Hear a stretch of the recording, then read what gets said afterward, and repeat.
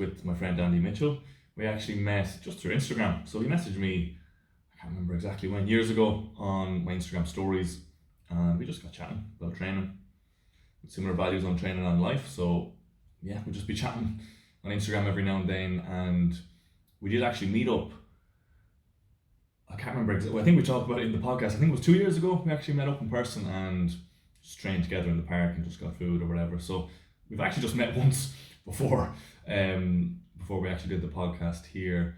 And yeah, we have a good chat across body, mindset, life. So it's across different variety of topics, and got to know Andy a good bit more and find out things about him that I didn't know already. So that's the goal with the podcast. Is I'm not going to ask what I think people want me to ask, or what the industry asks. I don't care about that. I'm really just treating this podcast as my continued self-development, because over the last 7 years I've studied people across all, physical freedom, mental freedom, lifestyle design, all the things that I teach. I just love studying people and learning from them, because with the internet you can find information on everyone, that's relatively famous. They have loads of YouTube videos and podcasts and different things. So I go through periods of 3 or 4 months kind of obsessed with one person and try to learn all their insights and wisdom, move on to the next.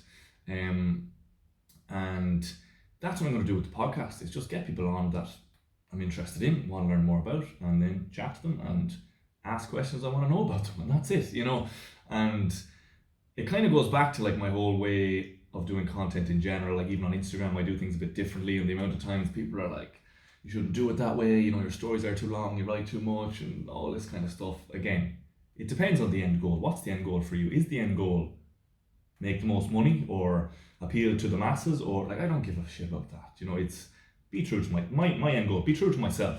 It is my GPS and my compass for all of the content. So be true to myself, do things in my own way. Yeah, take a little bit of advice on different things, of course, but I'm not going to change the way that I want to do things. So it's going to be the same here with the podcast. It's not to try and get the most people to watch or whatever.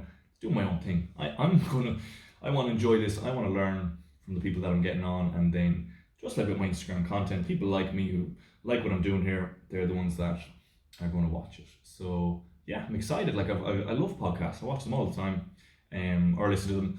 Depends if it's on YouTube or when I'm out for walks. And yeah, just want to start putting out more content through the podcast as well, on top of the other things. And yeah, be a bit more lighthearted as well, a bit more fun. I know a lot of the videos on YouTube are pretty serious about certain topics, because look, I'm very passionate about them, want people to learn. But the podcast, yeah, a bit more laid back and just having chats with people, having fun, and getting some insights and wisdom from them too. Okay, so we'll leave it there. Here's the chat with Andy Mitchell. I don't follow anyone closely, and I just have a few. I have this one David Goggins podcast with Joe Rogan from years ago that I remember. There's one with Chris Sommer, the gymnastics. Oh yeah. It's a 4-hour podcast with that guy Tim Ferriss. So I just have these 5 or 6 podcasts that I go back to every now and again, because they just have some really great information. Yeah, Chris, he's the guy who popularised the Jefferson curl, I think. Probably, yeah. From that gymnastic movement. He said bodyweight Jefferson curl is the goal. Yeah, bodyweight Jefferson curl. And when I have clients doing them, when they're like, should I go to 2.5 kg or 5? I'm like, bodyweight. I'm about 35 kilos away. What's the most you've ever done on that? 60, only last week. 60. So it should, yeah. Sweet. But is that the first time you've ever got to it? Yeah, first time I tried, but small gains kind of thing. Just transfer of strength. Yeah. So doing the Zerchers. Oh yeah. Zercher deadlift. Yeah. Then, you're going to be doing Jeff's curl is easy once you're doing Zercher deadlift. How long are you doing that? I seen yesterday actually. You put up another PB on the Zercher. Yeah. I believe. Yeah. What was it? 120. So, to be honest, I was feeling pretty tired that day, but the way everything's been going, you just build this confidence when you're consistent with the training. You kind of you know you can go for it. When you've been doing for weeks on end, and you've been 3 or 4. You specialize in the lift. I'm specializing in the barbell overhead press at the moment, and it's 3 times a week, and you pick one day where you're going to try a PB, and everything else is secondary. Yeah. So I haven't bench pressed in 2 months now. I haven't done any bench pressing. Well, I've done a bit of push-ups and stuff, but in my first part of the book, it was 4 days a week just bench press, and everything else was supporting that. And then because of the bench press, my shoulder press really good. So there's transfer of strength. Yeah. You know. That was it. And what did you bench? You benched 150 or something? 150. So yeah, 4 years ago it was 147 and a half. I just thought, if I'm going to bulk, there's a few things. Choose one exercise. Choose an exercise that you really enjoy, that you're probably quite good at, and that you can stay consistent with. And that was bench press, you know. And you know, if you get neurotic about it, let's say on Instagram or online, people are like, bench press isn't optimal for blah blah blah, all this kind of stuff. You just have to cut that stuff out and go, you know, I like this move. It's easy to get better at it. You just keep going at it. I've always been good at it, and it's going to put on a lot of mass on my body, you know. So I kind of like, I'll be doing the bench press for an hour in a session, and that would be 3 or 4 times a week. Sweet. Yeah. It's funny you say that, because I think back in the gym, that was probably stuff I was shit at, and I actually don't bench. Right. I do like weighted ring push-ups. Yeah.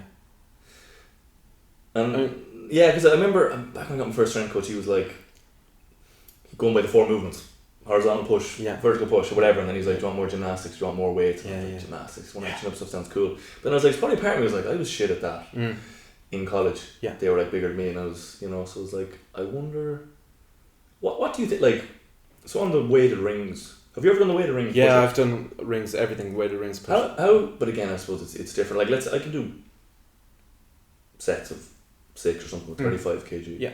What do you think that would be in the bench? I must actually test this. I could do a bench at home even. Like, I benched maybe 70 or 80. Yeah, I'd say you'd bench more than that now if you're doing what you're doing in the rings, because I didn't bench for 3 years. I was just doing ring dips. Yeah. Body weight. And then I went back to bench and I did 120 and like, I didn't think I could do that, but I guess weighted rings, there's a lot more stability there. You know, it's transfer of strength. Yeah. Yeah, it's fine. So yeah. Let's actually try that now before I go. It's actually, you know, going to be home next weekend. Yeah. Before a little family dinner. Like, yeah. Give me some.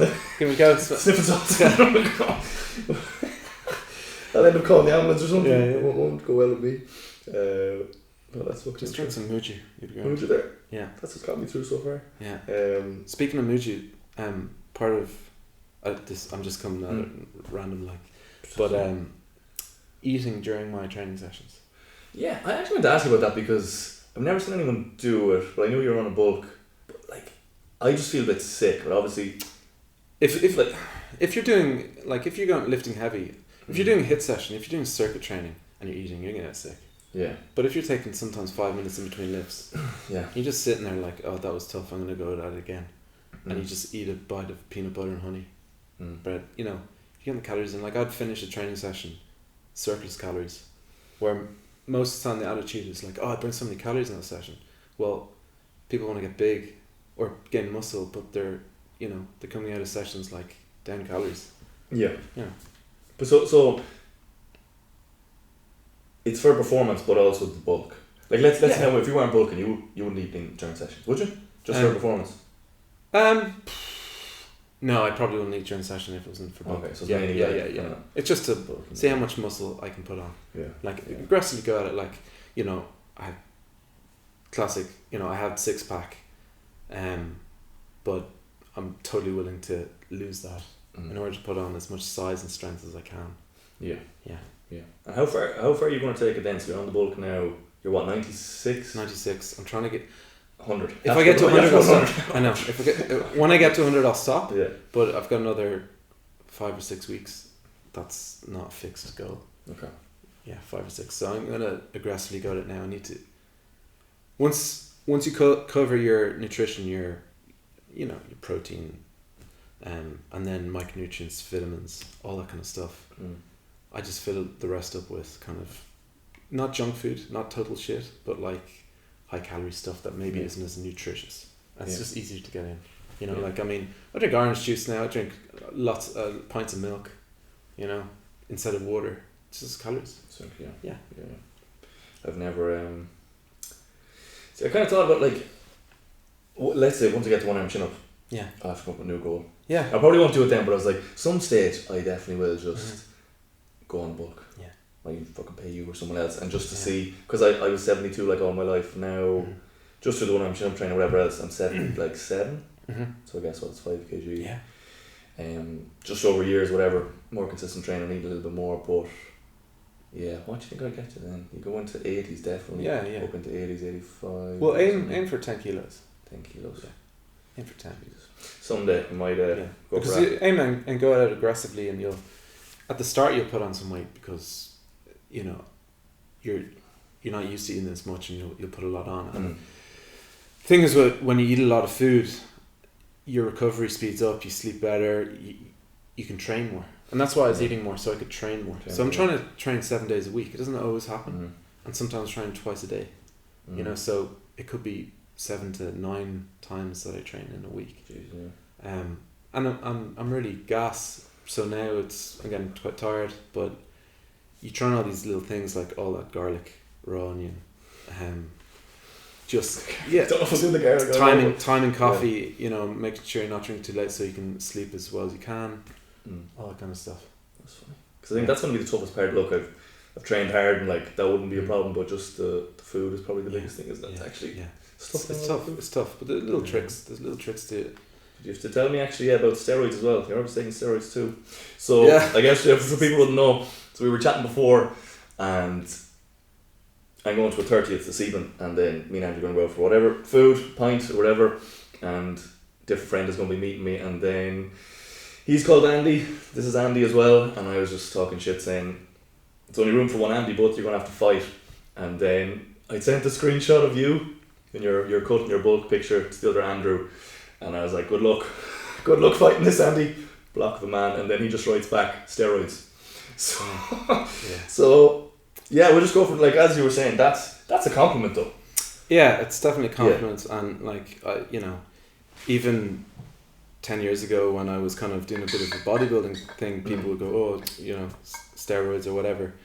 And even I was doing the same thing with a friend, and I was saying it to him as well, you know. And it's just a kind of attitude where, I guess, you can't.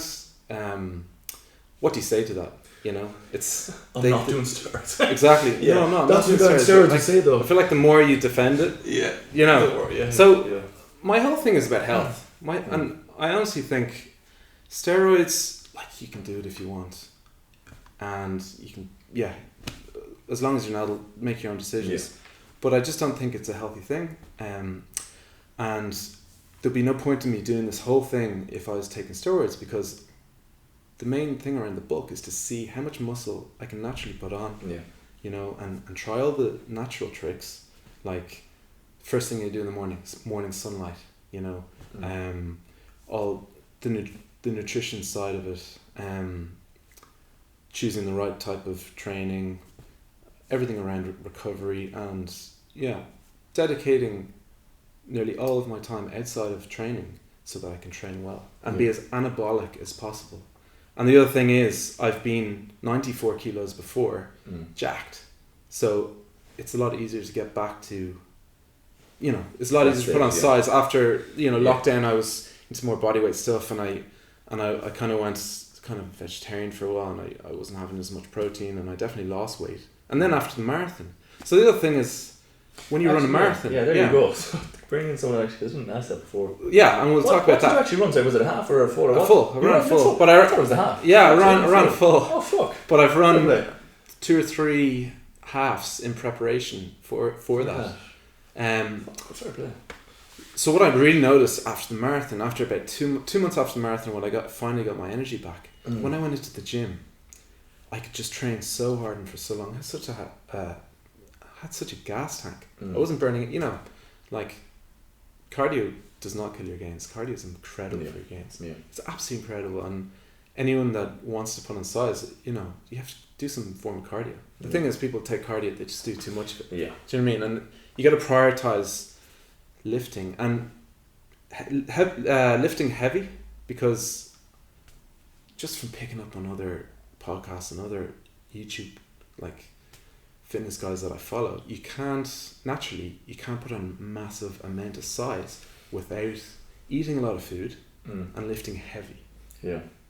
So it's not true of, like, you see these guys absolutely jacked doing a little circuit, and it's like, this is how I got myself. Yeah, I mean, yeah, they're just maybe they're selling something, but you know, like most jack people, like they're doing heavy fucking lifts. Yeah, and like you have to eat a lot. You have to be in a. I hate talking about calories, but you do have to be in a kind of surplus, you know, to grow, and basically everything I'm doing, like like researching as much food as I can, foods that are actually kind of helping you to be more anabolic, you know. So what, list a few of them, because I wouldn't know. Yeah, there's like certain what are they called? Ancient grains. Yeah, so rye is one. I've written them all down on my phone. Yeah, certain Ezekiel, is that a grain? I know, I've heard definitely rye anyway. Yeah, there's those kind of grains. They have compounds in them that, you know, help the muscle basically become more anabolic. Things like garlic. You know, like I'm eating beetroot because as pre-workout. You know, so there's all these little things that I've been just researching every half an hour, and I just put them down my phone. You know, this, you know, ginger is good for blah blah blah blah, or you know, garlic. It's funny because if you followed you'd be like he's eating all these random foods, but I always say like follow the results. I mean, something's working. Do you know what I mean? Yeah, exactly. And that's kind of what you're doing with looking up at the different stuff and testing it. But I want to ask you now, because we're talking about the marathon. One of the things I always love is, tell me, some of the feats, like how adaptable the human body is. I love that because, as people probably know, follow me, like I was told, body can't do this, give up sport, blah blah blah, and now look, doing the splits and all this other shit. Exactly. So, well, the marathon's obviously one of them. But yeah, tell me what he's sure. If you like, tell me some things you've done that you were like, holy shit, mate, you maybe didn't know it was possible years ago. Yeah. To do. Okay, so I guess, let's talk about the spine and the Jefferson curl and the Zercher. So you know, I've been training since I was, kind of 15 and on, and I started really getting into it. I mean, I was doing push-ups when I was 10 years old. I don't know why, I just got into it. I was doing 50 push-ups when I was 10. So I mean, that set me on a really good path. But I was with a coach. I wasn't a personal trainer at the time. I was just lifting loads and I was playing rugby, and I was probably quite inflexible. And the coach that I was working with in the school, he showed me the Jefferson curl, you know, and I was like, whoa. Yeah, what are you doing? That's bad for the spine. He's like, no. He's a bit of a kind of what I say. He kind of coached me a lot in kind of strength conditioning as well. He's living out in Germany at the moment, but he showed me the Jefferson curl, and I was just like blown away. I was like, I was never told the spine should do that. Yeah. You know, so give it a go. It's called Jefferson curl. I did it with 2.5 kilos. So that was in 2015. I was like, 2.5 kilos. And just over years and years, I just kept chipping away, inconsistently consistent. And then I was doing the barbell, and then I was doing the barbell a little bit more, and that was really heavy. So just like, it takes a long time, but you know, I was in no rush. You know, now spine feels amazing. But I've had other issues, like I got into kind of powerlifting kind of thing, and I was lifting lots of heavy weight maybe 6 or 7 years ago. I felt like I was getting really strong, and then sciatica came. So I had sciatica for like 18 months on and off. Didn't I? Yeah, 18 months on and off. Sorry, what year was that? When was that? That was maybe 2017, 2018. Okay. Right? So that kind of put a halt to my training. I mean, I was pretty flexible. I was doing pretty deep side splits, and I was like, I don't feel inflexible, I feel really strong. Why do I have sciatica? So it kind of went away because I kind of stopped training a little bit. I was like, I didn't know what to do, and I was going to physios and getting massages, and it would go away for a day or two, and then it would come back. So throughout the lockdown, it was there a little bit. And I got in touch with Robbie Atkinson. I don't know if... Yeah. We were chatting a few times online, actually. Yeah. No, so he does kind of stuff through... Well, he looks at people kind of strength training and rehabbing, let's say, through PRI. Yeah. So the breathwork stuff. And I was looking for a solution to this issue. It was like SI joint pain and sciatica that I was having on and off. So I'd run 2 kilometers, and the next day I'd wake up like, you know, I couldn't move my hip. Yeah. It's like, what the fuck's going on? So we started working together. He showed me PRI, and honestly, that started helping, but it wasn't really going away. And I thought, okay, well, what's really going to push me to finally get over this for good? And I just thought, okay, well, sign up to a marathon in a year's time. I can hardly run 2K. Running 2K was, I was like, oh, that was tough.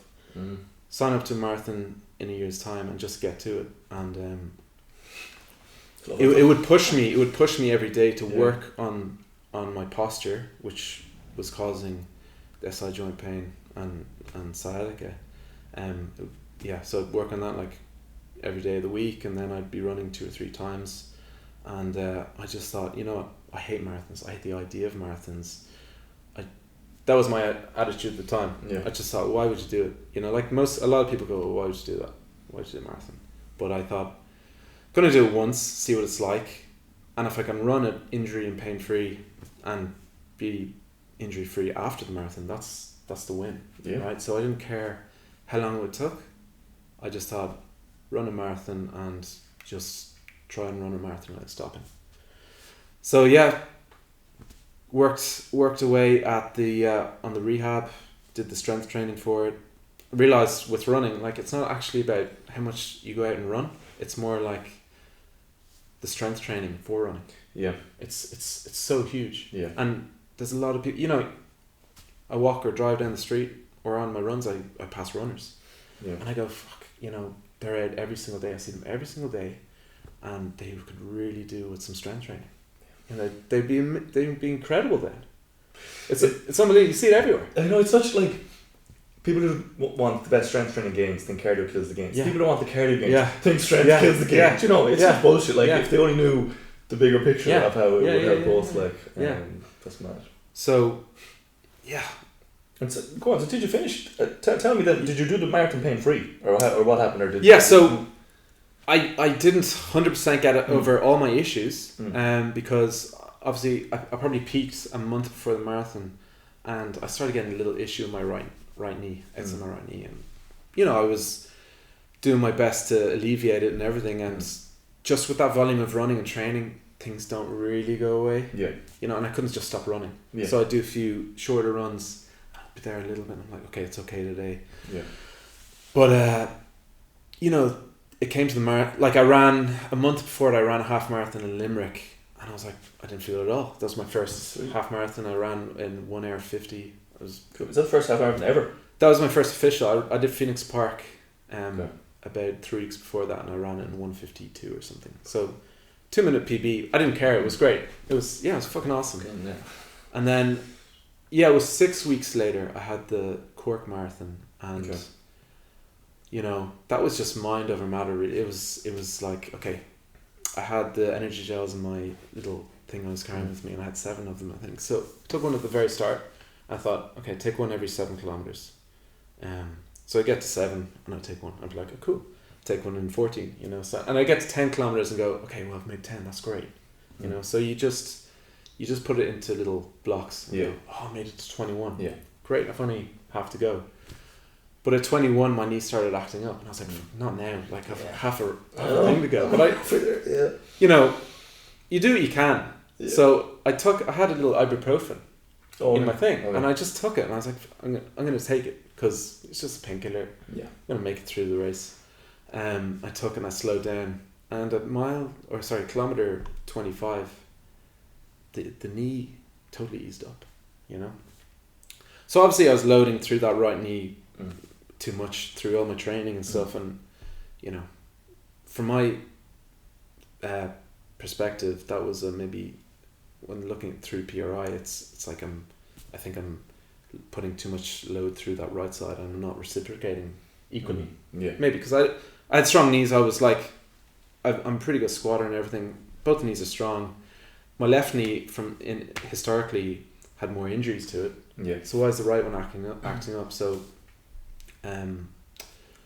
through all that kind of rehab, with, you know, again, it's Instagram, getting in touch with people, seeing their stuff and going and working with people, working with another coach. You learn through injuries. You learn how to deal with the body, and you just gain so much more knowledge. You know, and I ran the marathon in 4 hours and 23, and months before that I was running well. I hadn't peaked yet, and I was like, yeah, I'm going to break 4 hours, you know. So there's the ego going, oh yeah, you know, and people will be like, oh wait, you broke 4 hours. Yeah. And I'm like, yeah, I'm a good runner. But as it got close to the marathon, I was like, do you know what? Just finish this race. Yeah. It's the first marathon. Just finish. It might be your first and only one. I think I'll do one in 2 or 3 years. Yeah. But it was incredible to finish.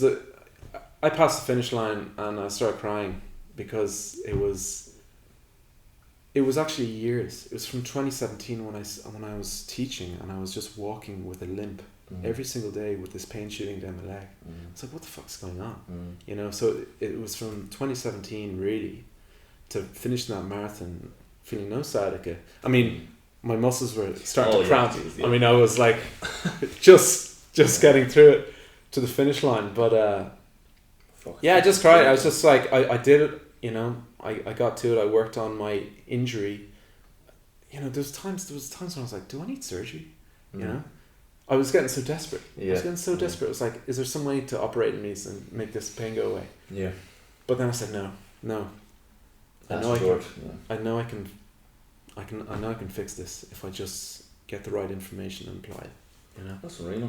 Yeah. So. And even like the fact you're such a bigger guy as well. Yeah. You know, the fact that you've done the run is even more important. Like if I did a run, people were like, yeah, he's skinny. Well, it's not a big deal. But then you see, like, to follow Nick Bear. He's a beast. Yeah. I went through a while of just like watching all his videos, and he went from all bodybuilding to run or whatever. But well, I suppose we don't know about him. But again, it's up steroids. It's all coming up there. But that's class, man. Yeah. Like I love seeing that shit. Yeah. People just fucking showing how adaptable the body is. Like we need more of that rather than the other broken and fragile type of stuff. Well, you see guys that are kind of overweight running marathons, and they're maybe 100 kilos plus, and they're doing it. You know, they got the cardiovascular, they got the strength in the legs, obviously. So someone like me being muscular and running a half marathon, I've got 2 this year, or a marathon, like it shouldn't be really any different. You know, you don't. Strength will get you through a marathon. Strength in your legs, your core. You know, like it's a thing of. It shouldn't be a shock. Like it's a shock now because most people are skinny and don't get strength. And then there's a few in there like you, so we think, oh, this is weird, not normal. But people just don't know about it. Yeah. Really, I think is all it is, and people could be doing that. What then? Because there's a question down further, but we're kind of here. Like I love understanding people's mindset with this kind of stuff. So I don't know how much of a bad place you went to, but remember you were saying like it's different when you're chatting to friends about the time and everything, going to this time, that time. But then when you're fucking out there. Yeah. And it's mile, kilometre, 22, whatever. Yeah. It's a different story then when you're on your own and shit's going on. So like, had you prepared any mental strategies beforehand, or did you just kind of wing it and talk me through that? Because I'm always interested to hear. So, actually, the marathon was the icing on the cake of all that training. So maybe halfway through the training, I was running in Dún Laoghaire from Killiney to the Poolbeg Lighthouse and back, and that was meant to be a 32. That was meant to be my longest run before the marathon, before I tapered down. And that was on a hot day, and we were running along Dún Laoghaire and then hit the lighthouse and started coming back. And I hit the wall. It was too hot. I wasn't drinking fluids. At kilometre 22, I hit the wall and everything just blew up. And I was basically hobbling along the footpath for 2 kilometers. Lisa, who was running with me, was basically trying to stop me from falling over. That was the hardest I ever got, because I didn't have any fluids with me. I didn't have these stations along the marathon. I didn't have my gels. It was a hot day and I just overheated and got dehydrated. So that was crazy tough. Felt sick, felt like I was about to faint. But when you get to the marathon, there's people there. Yeah. You've prepared, you know that this is the last, this is it, and you just block it off into spaces. And it got really tough. Maybe around kilometre 29, let's say, 28 to 42. And you're running along this road, and it was raining for the whole marathon, which was actually, it was lightly raining, which is actually fine because it just cooled you down. And it stopped a bit. But I was running along and so one of my inspirations, I know this is something you want to ask me about, was an old friend of mine, Barry Keane, and he was a running coach. It was his passion to run and be a running coach, and like he passed away in 2014. He was 75. Oh shit. He was he's an some older guy, right? Okay, that was some guy on Instagram. No. I mean, if you asked him about Instagram, he'd be like, it was that shit. Yeah. Yeah, but he was a no nonsense kind of old school in a way. Had his life totally, lived a simple life in a way, but loved running. Yeah. He loved coaching, people who were good at running, just because he loved it. And he's the kind of guy who was like, when he was 58, let's say, he was running the over 40s European 400s and coming third or something like that. Do you know what I mean? Yeah. He was incredible, but so fit, and then all of a sudden it was all taken away with dementia. So great inspiration to me and my brother and a good family friend, and I was just running along in that race, kind of thinking about Barry, and he'd be like, go on, so when it was really tough and you're in the last 10 kilometers and then suddenly a hill appears, I was just using that. I was like, come on Barry, come on, and he's just in your mind, and he's talking to you, so that kind of got me through it, and then one or two of my friends were running in the race as well, and I was just kind of saying to myself, I'll just see the finish line. The finish line, it's coming. It's the icing on the cake of all this thing. So, thinking that it wasn't as hard as I thought it would be. Before you run it, you think like, this is the hardest thing you'll ever do. Yeah. And I think it might have been the hardest thing I've ever done. And you think, oh God, 4 hours of just constant running. Yeah. But in the grand scheme of things, it's just the finish. Yeah. It seems like you're obviously well prepared. Yeah.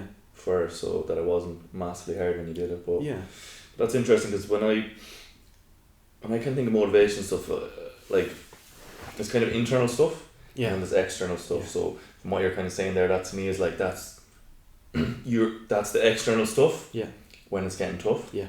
Because I think I have internal stuff I can use and I have external stuff I can use. So the internal stuff, that could be the whole just set the mark and you go, the body can't do this. I'll fucking that I'll show it. More we could say the dark side, and then the lighter side would be like, oh yeah, I have other people as well that I could think of, or I want to inspire people and all that kind of stuff as well. So let's say if you kind of gave me an external, do you have any internal? Yeah, I do. Like I do. As in, just I like feeling that pain.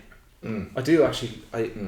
And you see these guys doing feats of strength online or on TV, and you just, let's say you're watching TV, right, and you're watching these athletes, and you're sitting there and you're watching them, and you're like, they're fucking living their dream, and I'm sitting on the couch. I'm like, I mean, that's why I like going after it and feeling that pain, because I just want to feel like I'm just putting in all this effort, and seeing how far I can push it, So even though that was really tough, the pain I felt, like I look back on that and going, that was amazing. That was amazing, just to be in that spot where you've got nothing left, and there's an hour and a half of running left, and you're going there and things are burning, but I really wanted to be there, and it gets, the more you do it, the more consistent you get with it, and you embrace it. I think it's the same for everyone. You want to go there a bit more. Like I think, well obviously I can be a bit more extreme with some things, but like I think a lot more people have to experience that. Yeah. Like, not that we're going to obviously force that on anyone, but I think you might have said earlier with something like people, I think you're on about reps in the gym, maybe like people think they're pushing hard. They don't have a fucking clue. Yeah. Do you know what I'm saying? They maybe thought, I did this really tough thing, and they'll tell you, it's like, man, that like, they don't know, but I know that's like your 40%. Yeah. And it's just, I think it's just we see more people, because if I think of my older self, like, if you told Mark a fucking 10 years ago that I'd be doing stuff I am now, I'd be like, I would, but now since I can see what's possible, like I think I just see that in others as well, where I'm like, if they just did this fucking hard thing, marathon, whatever it is, if they just did this fucking hard thing, they would see it just breaks the glass ceiling for them, and then they can push on more in career with all these other things. Like that's kind of why I do a lot of that stuff, is just to show me that I can kind of do whatever the fuck I want in time, really. Yeah, Like, yeah, that's the thing, and I see, but like the marathon is great for that. I think that's why I did running for a while as well. I hate it. Like, I don't know if you enjoyed it. Like I don't enjoy it. I enjoy the strength training, so it's much easier to do that kind of stuff. But yeah, what would you think on that? Like, would you have friends that would be pushing themselves as well, or is it more not so much? Yeah, with my friends, I tend not to get into it too much because, I mean, maybe from in my own head, I probably feel like I push more than most. Yeah. But it's with that the benefit me and you chatting and stuff online, like, because we're similar with that. Yeah, and I wouldn't want to.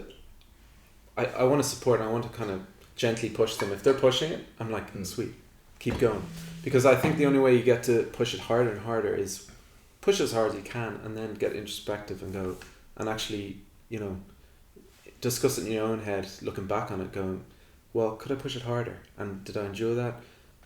Can I push it harder again?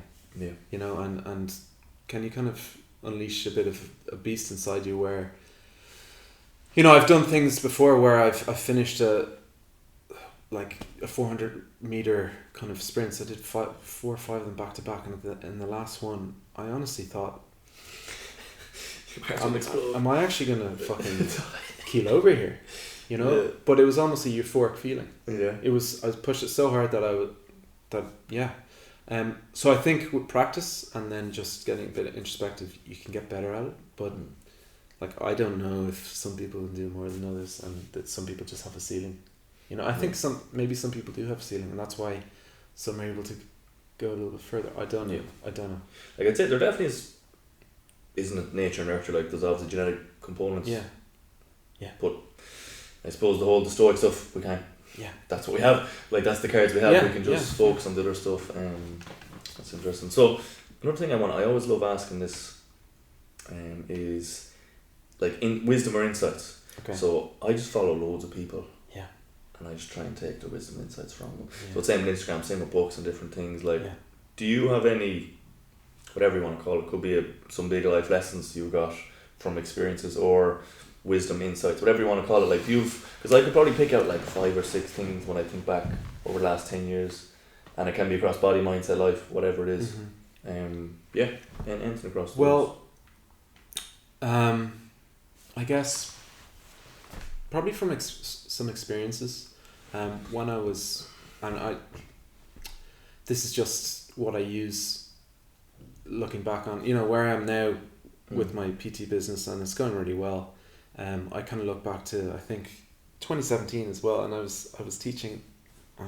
Teaching is a good job, and I was in this class.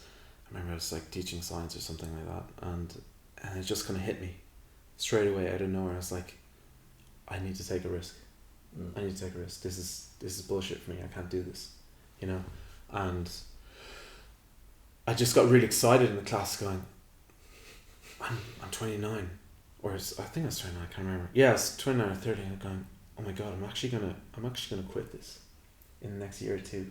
I said that, I think, at the time, and I'm gonna change my career and do exactly what I want. I knew what I wanted at that time. And it took a few more months. So were you thinking about this? Were you thinking about this over months and years and stuff, or was this? I was thinking about this. I always loved it, and I was teaching for 3 years, and about after a year of teaching, just hanging around with the strength and conditioning coach and my friend Graham Dean in school, I just was like, I just absolutely love this. I love this physical exercise. I love helping people with it.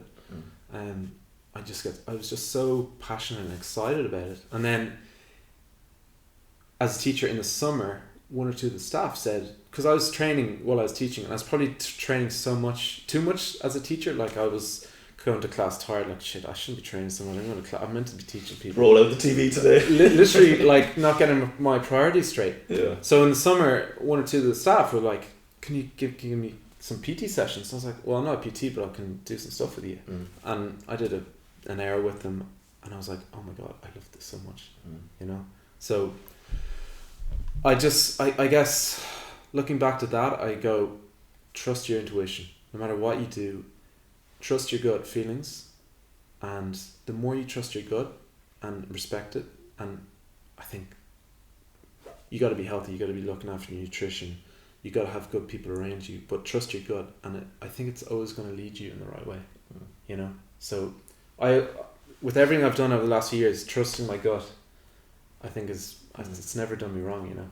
And then, so how did you make it happen then? Because, you know, there's obviously the burn the boats thing. Like, I don't agree with that. Of like, you know, go hard or go home. Yeah. Like, if you find your passion, you just need to quit your job completely and go for it. Yeah. Where I tried to do it in a more, I did it in a more easing it out over time. I tried to build up clients and then try and nearly meet the bills and stuff, and then I quit the other job. What did you do? Did you actually just go like, fuck it, burn the boats and I quit? Well, or did you get some clients, or what way did you? So I guess I'm starting in PT. I don't know if starting at 30 or 31 is late for PT. Maybe it is on average, but I guess I knew quite a lot of people already. You know, just from teaching and stuff, and for some reason, in between teaching and PT, I started coaching tennis in a kind of this small tennis club, because I'd been playing so much in the summers as a form of therapy, that this tennis coach saw me playing one day, and I started playing in this club, and then there was a little spot for me to do some coaching. So that was my in between PT. So sorry, you quit the teaching? I quit the teaching in 2018. Okay. And then I was... So this is in between, okay. Yeah, and I was considering, am I going to go off to like England or China to teach? It took me about 2 weeks until I finally said no. I woke up one morning and I was like, okay, I'm going to be PT, book your PT qualification course, whatever. And are you training people like unofficially on this time? No. One or two, yeah. Okay. One or two, but I knew them, like, and I was doing it for peanuts. Yeah. So okay. I was at home, and I was training in my garage, and I was using Instagram initially as just to document all my own training, and it was private. It was only for me. I was like, how can I just save all my historical videos of me training for my own use? Yeah. And I thought, okay, well, Instagram's a good way. And then finally, you know, I made it public because I became a PT, and it's like good to see that stuff. Yeah. I was training home, and a friend of a friend said, there's a space open to take some classes in this little gym in Clonskee. So to do someone's classes. Yeah. And I was like, great, cool. I'll be taking strength or fitness classes, and I'll be getting paid for it. That's amazing. From zero to that is great. So I was in there, and then I was working kind of with the guy, and he was like, yeah, you can book PT sessions. I was like, okay, well, I have no clients, you know. And then my friend's mum asked me, could I train her? I was his friend's mum, and I was like, yeah, for absolute peanuts. It's literally covering my petrol and the rent. And I was like, that's cool, because I'm doing it with my friend's mum, training her, she's actually getting stronger. And that was the start, because then she told her friend about me.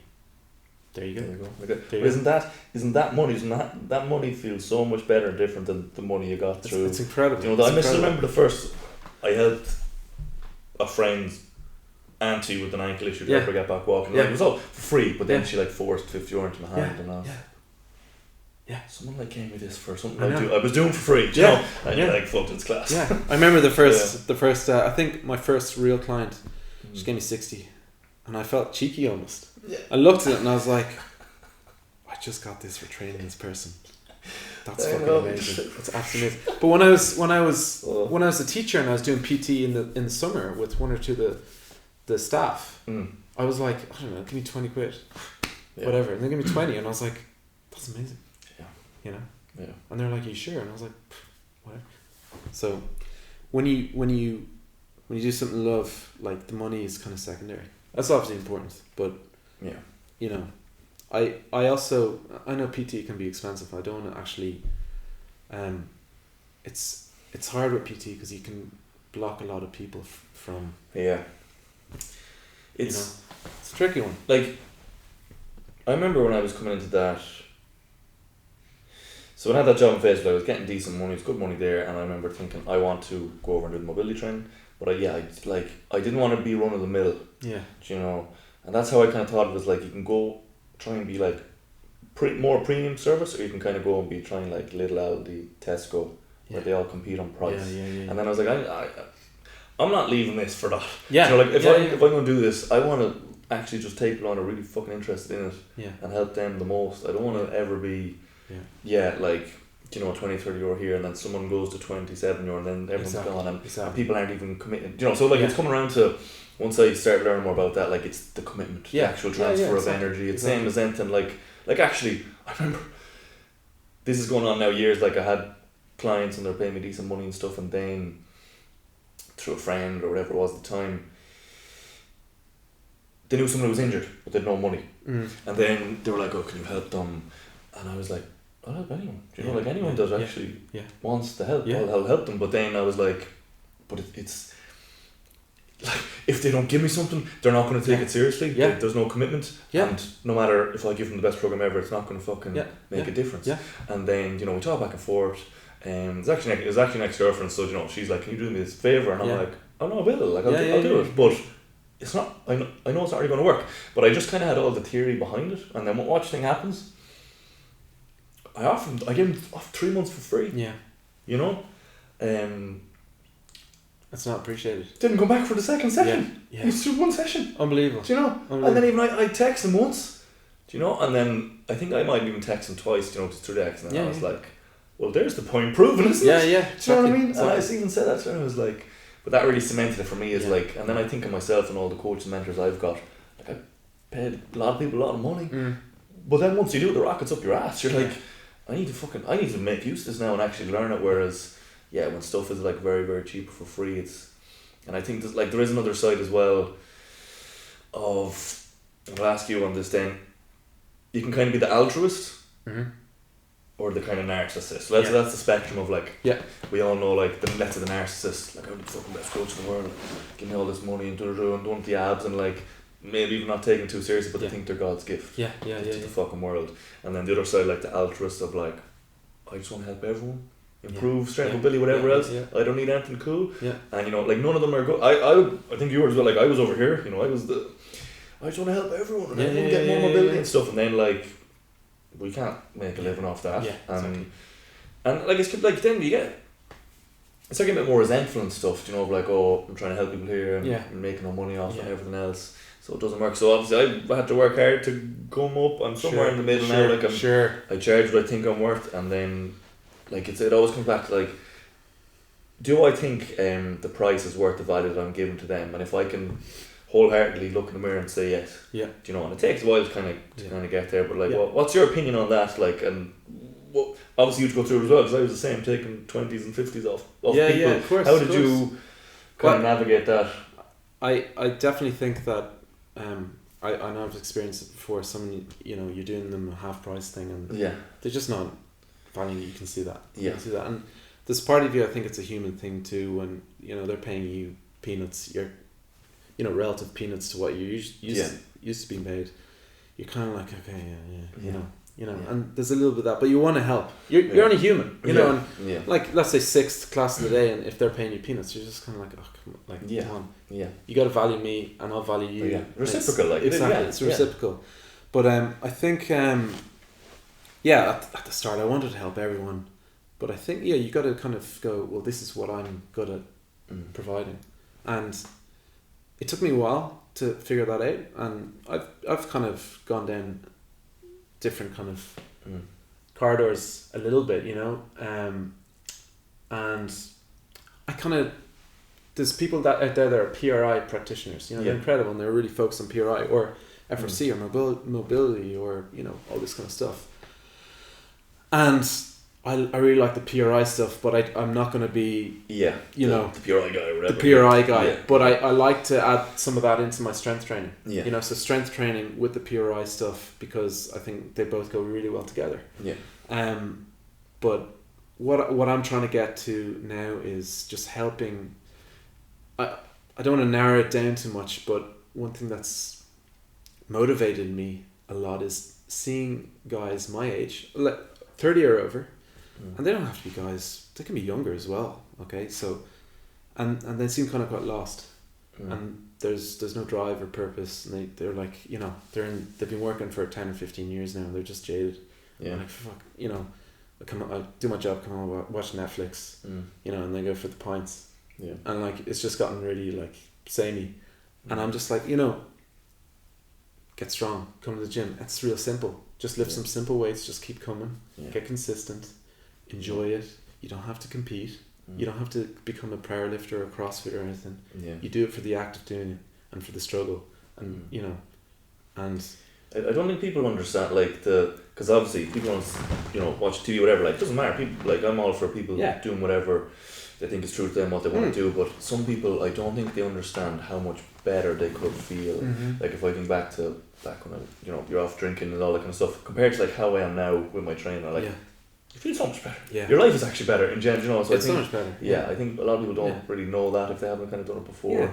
I think there's a lot in that, and I training for me, again, the marathon, like you kind of want to earn that comfort, and it feels so much sweeter, so like you watch a game on TV, and if you've trained beforehand, it feels good. It feels really good. Like you've earned your kind of bread or whatever. I think like that's an evolutionary thing. Yeah. That of like, we're built for the struggle. Yeah. You work hard all day and then you come home and you enjoy it. I'm the same. Like, some Sundays, do a hard 1 hour chin up session, come in, eat the Sunday dinner, watch a movie, relax on the couch, and it's bliss. Yeah. You're just like, you've earned that, as you said. Like, for sure. For sure. I forgot to hit the timer at the very start. So that's my fault. So I think I hit halfway through. I think there's probably 5 or 10 minutes left. Okay. I might actually just flick to some of the quickfire ones. Actually, we'll see how these work out. Actually, I think I pulled these from different podcasts that I listened to. What have you learned in the last 2 years that excites you the most? It can be body, mindset, life, whatever. Okay, so I'm gonna go off. Go. Physical training. Yeah. Right now, and it's something I did earlier this year. That's incredible, and I would suggest that it's definitely more in the front of people's minds these days, especially younger people. But I went to therapy in March or April, can't remember, for the first time, and like everyone has issues, big or small. I didn't really have any big issues. I just had shit in my head, and like I was training thinking that was helping, and it obviously helps a little bit, and I was talking to myself and I was writing shit down, but I needed to sit down and just speak out about everything to a total randomer that I didn't know, So, I didn't even know if she was a really good therapist. I think she was. She did, actually, to be honest, it worked perfectly. So, But even the act of, it's like cathartic, the act of actually as you're saying, the person doesn't actually matter so much as like it doesn't just telling. Yeah, but she was lovely, and I felt safe, and I could just say everything. I got a lot of stuff off my chest, a lot from years ago, and I did 10 or 11 sessions with her, like once every 2 weeks, and I just felt so authentic, and I felt really confident in myself again, and I just felt so strongly about what I want to do and who I am. Well, a lot more still. I think we're always figuring that out, and it was so valuable to me. And I would say to myself, or if I'd say to people that come to me for training, I go, you come to me for personal training, or you go to a coach to get stronger, and that's your physical body. Why do more people not go to therapy? I mean, I've said that to so many people as well. Like, of the physical training, mental, like, there's nothing there for. So I mean, there are a lot of more people are going to therapy, and they're a lot more open about it, and that's amazing, because just because you go to therapy doesn't mean you're totally messed up, I mean, that's like old news, but or an old kind of, because even the thing there that I think is important as well, like, I'm trying to preach with mobility. Don't wait until you're fucked to start training mobility. Prevention's better than the cure. But therapy, I'll wait until my life's fucked up. You gotta be proactive. I've gone as well. Like, last year, the year before. I think it was last year. As well. And similar enough. Like, I've no massive childhood trauma. I'm lucky with that. But I actually just want to, I had certain stuff I wanted to ask, obviously. But to learn and improve and be more proactive, because I've seen with the mobility, waiting until I was fucked up. Why wait? So I think it's that's why, like, at least I can only talk my own experience and personally. I think, like, the way things are phrased will change how we look at it as well. Like, if it was more like mental training, like, I have a mentor now who actually helps me with that kind of stuff. and he's not a therapist or anything, he's just a guy with great life experience, really fucking wise. Changed my life, to be honest. It helped me really with relationship stuff. But I think, it was more kind of mental training. We latch onto it more like physical training, whereas therapy, at least in my head, it is like, unless you're fucked, just like unless you're fucked up, you don't go to that. It's not like a practice. You know what I mean? Like, so I get what you're saying. I'm like, it should be something we like naturally do. And to be honest, like any kind of physical feats, anyone that makes progress in any kind of physical endeavor, that's mental.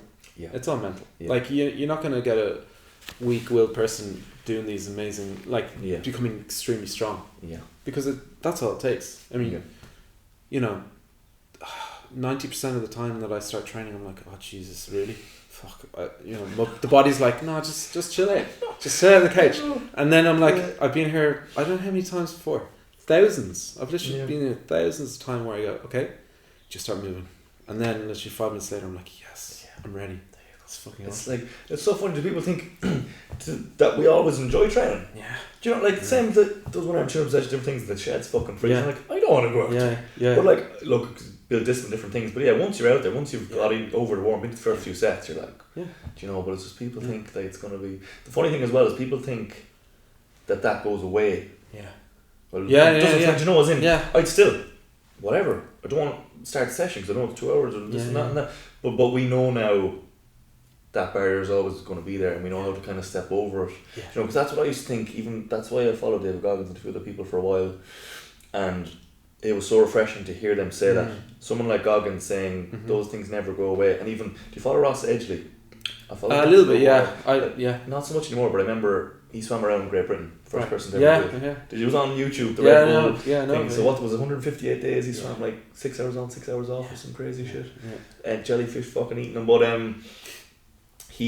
remember him telling me, he put up, I don't know him personally, but he put up something about the road bike studies where they test people on the road bike. There was a group who already trained on the road bike consistently, and then there was a fresh group, and they were kind of seeing like what was the difference between them, because obviously the trained group could go longer on the road bike, and the thing that fascinated me then was the wall didn't change. Right. They both hit the wall at the same points, they always did. Yeah. But just the trained group had the mental fortitude to go past the wall. Exactly. Do you know, so it's like the wall's always there. The wall doesn't fucking go away. Like, do you know, it's just as you said, the training is mainly fucking mental. Exactly. Which is a bit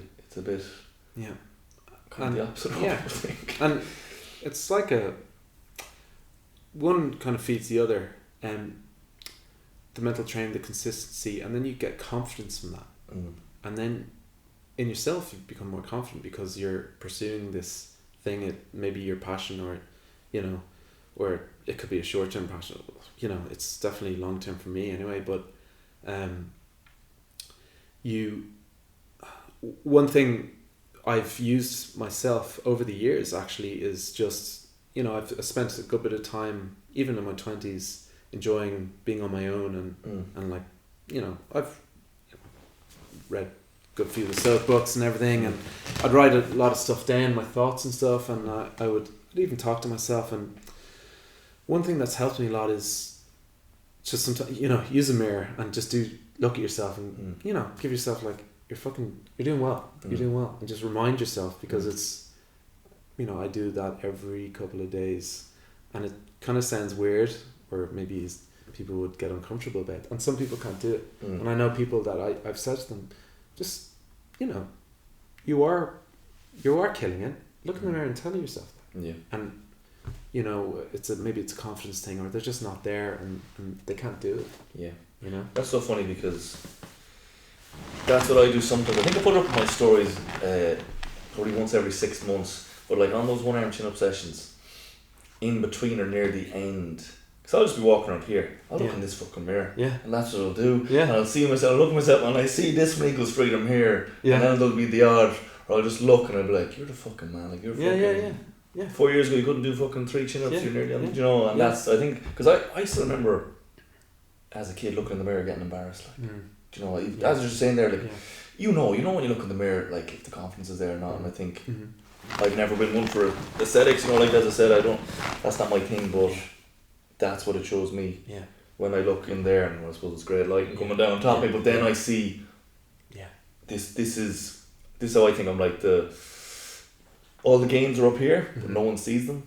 All they see is the manifestation of the mental gains, which is the body. Do you know, that's kind of what I think is like, people just see that, but to get that, you know, kind of starts up there. Yeah, well, the aesthetics, you know, in my 20s, you know, I was kind of pretty low body fat, lots of muscle and everything. I mean, it wasn't that functional, and it definitely wasn't as strong as I am now. And for a few years I went, you know, aesthetics don't matter, you know, I want to be, you know, I just kind of had this stupid thing in my head where like, oh no, I'm better than that. I'm better than this. I only got over that maybe a year ago, because I'm like, if I put up the 6-pack, that's why don't I show mobility and stuff? But it was just, as you see, it's more internal stuff there, because I'm so inspired. You know, follow Devin Kelly, no? Yeah, I do. I only kind of recently enough. So I love his fucking page, and I'm trying to program, and I'm so inspired even just by his post. The physical presence in the picture, and then I'm just like, that inspires the fuck out of me. So why don't I do that? And then it's obviously like, because I'm too judging and thinking, and now I'm starting to do a bit more of it. You're so true. The post I put up with the cut in the book, Steroids one, exactly. The one where I'm full of, I'm kind of Liver King's protege. That took me a long time to post up, and I was like, there was so many things in my mind going like, oh, don't do that, you're just totally egotistical. But then practically I was like, this is me showing just progress. It's just a body. It's just a body, and just get over it, because you know, this, like, it's just showing all the progress. You know, that's all it is. So it took me a while to go, post it up, you know, get over that hurdle. You know, who cares?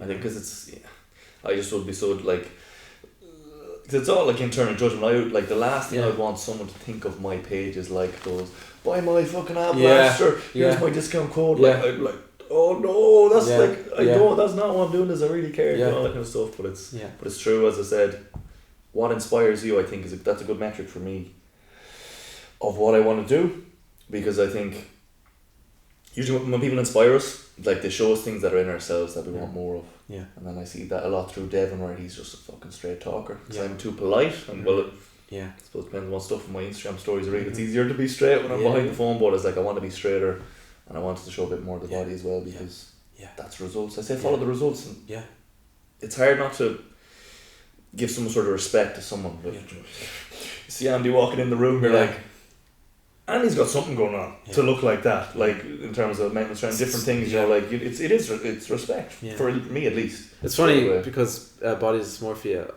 I'm like, am I big? Have I gotten big? Do you know? Because you get used to it, and you're like, I don't.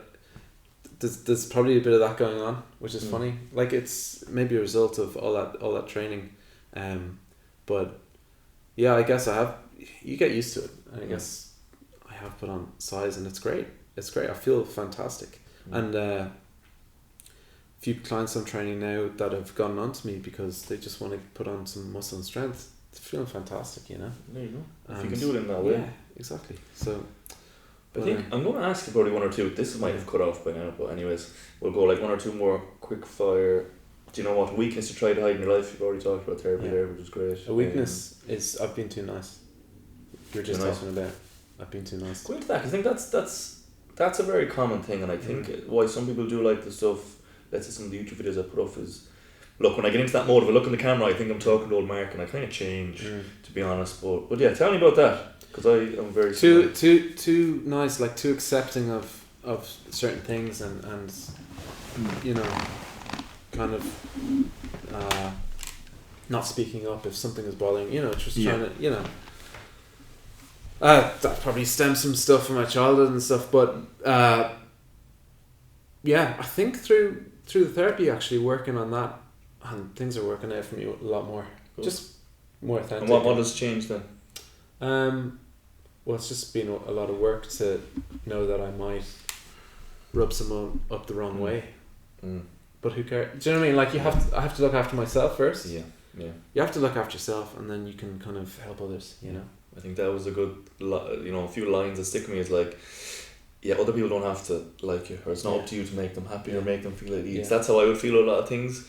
And I'd still kind of feel it now, where it's like, I would rather well, now I'm changing, but back then I'd rather not say what I think so that people feel okay and I don't want to disturb anyone. Yeah. But then again, you're not being your true self, are you? Yeah. Do you know? Yeah. And like, there's enough of those people in the world. Why do people maybe follow our page and other things? They want to see people being their true self and getting after them more that way. And I don't know if you follow this guy called Gabor Mate. I know of him, yeah. You know, yeah, I think the child's psychologist is more the way he goes, but the line that he said, and it's so true, he's like, we live in a genocide of authenticity. Okay, yeah. Do you know? And I was like, that's it there, isn't it? Like, obviously certain generations struggle with different things. Like our generation, the big one is the authenticity, because you see all the fucking influencers and different things and how we should act. And very little people doing what that's why I like you and drawn to you and other people is I don't give a fuck what people are doing, but just when someone's doing what they want to do, and it's clear to see in them, exactly. and then I'm drawn towards those people. But what do you think on that? I think you can see people, get ideas from them, but you have to try and be your authentic self and not be I want to be the next whoever you know, I want to be the next David Goggins. You know, you don't need to, you just go on your own path and figure out yourself, and you do that by, you know, being introspective and talking to yourself and kind of spending time figuring out what works for you, you know, what you like, and actually disregarding your closest friends' opinions, and sometimes even their advice, you know, because you really have to listen to yourself, and you might hear their advice and you go, okay, well, I like that, I'll pick that, you know, but and then there's a balance of all that, and then being humble, you know, being humble and being competitive as well. I struggle with that. I think being competitive, I think you need to sometimes get away from that kind of thing, because you can be inspired by someone, but you don't have to think that, I have to beat this person. You know what I mean? Because you can't control that, you know. Someone might be better than you at something. That's brilliant. It's get inspired by that. You know, take all the info you need and just work on yourself. You know, that is the big one, isn't it? That's the line of like we've all gone through it, of like the inspiration and the competition, but I just think like we're all on our own path. Exactly. So we're all run different races. So my time compared to your time. Do you know, you think, we see an athlete on TV, they're living, they might retire with broken bodies and be like, do you know, I wish I had my physical freedom. Do you know, like we're all looking at each other, and that's what I kind of think is the ironic thing is like everyone, no matter who they are, can do that and look at someone else and be like, you know. So I think makes sense. Okay. I'll ask you one more. The camera's actually gone this stage. Let me see. Let's ask you that one. We'll do this one actually. Be interesting enough. Ask a question for the next guest. This is actually funny because you can ask whatever the hell you want, and whoever comes on next, I'm going to ask them. So you can actually ask a genuine question, or you can ask, you can ask really awkward one if you want to, because I'm going to ask it. I don't know if this is. I saw this on a podcast. This is kind of a boring one, but if you have 12 hours left to live, what are you doing? Okay, if you have 12 hours left to live. Yeah. What are you doing? Do you know what I just thought right now as well? Do you know what I'm going to do? A gym session. Well, 12-hour gym session, and then call the folks. Ma'am, if you don't hear from me in 14 hours, call an ambulance. No, do you know what I'm going to do now? Actually, I just thought right now. The question that the guest gives me, I'm going to ask them that question. Okay. Because some people are going to come up and ask really sly questions. Do you get what I'm saying? Like a really awkward one? Yeah. And then I'm going to flip it back on you. So you're going to answer that question now, actually, I'm going to answer that question? Yeah. Aye. I think that's probably what I'll do now, because... Okay, well... because it's a question you may not want to ask. Or answer. Yeah. I guess it's pretty odd. Yeah. Spend... I guess if I could see a couple of friends quickly, and then spend the last few hours with my family, and I'd probably be just on the beach. No games. No games. No training. All the training has led up to these 12 hours. Yeah. And then, you know, because, well, the games were the day before, so, you know, recovery. And I'm just on the beach there, little picnic with the fam. Maybe one or two close friends around, I don't know. Yeah. Sounds good. That's pretty, yeah. There you go, off the cuff. Yeah. Cool. Sunset. It's on the west coast. We're Scott. Go to Scammon. Spend the last 2 hours there. Oh, that's cool. Okay, I think we'll end it there. So there we go. Chat with Andy Mitchell. I actually watched it back like 2 or 3 days ago, and I know now going forward, when I watch it back, I'm going to take down the notes of the things that I learned, because I'm trying to just recall them now 3 days later. Yeah, that wasn't a great way to do it, but I still do remember like a few things I took from it. Was about the motivation, you know, when he was doing the marathon. So I didn't even actually know he ran the full marathon. I thought it was just a half marathon. So as you've seen, Andy's a big guy, and that's what I love to see, is just people showing the world how adaptable the human body is. Like, he's nearly 100 kg, you know, benching 150 and these kind of numbers, and he's ran a marathon as well. Do you know what I mean? It just really shows what's possible. So I did enjoy that part around, yeah, the cardio and the strength and how it should be combined together. And even, yeah, the motivation, how he was pulling from someone that he knew, you know, like the external motivation versus the internal. I'm always interested to hear people's strategies around that. And I didn't actually know as well about the sciatica story as well, and how obviously the running that marathon was kind of his hero's journey in terms of the chronic pain. So yeah, got a few things from it. It was a bit of crack as well. And oh yeah, I learned a few of the poses from Andy Mitchell. I put that up on Instagram, what was it, yesterday, and I was just tagging him in it, and yeah, the funny thing was, because I think he was in this pose here for like, probably a total of like 30 seconds, but I just kind of made it out to look like he was like that for half the podcast, but he wasn't. But well, yeah, that was it. It was fun, I enjoyed it. Hopefully you did too, hopefully you got something from it, and yeah, excited to keep it going now going forward, hopefully once a month.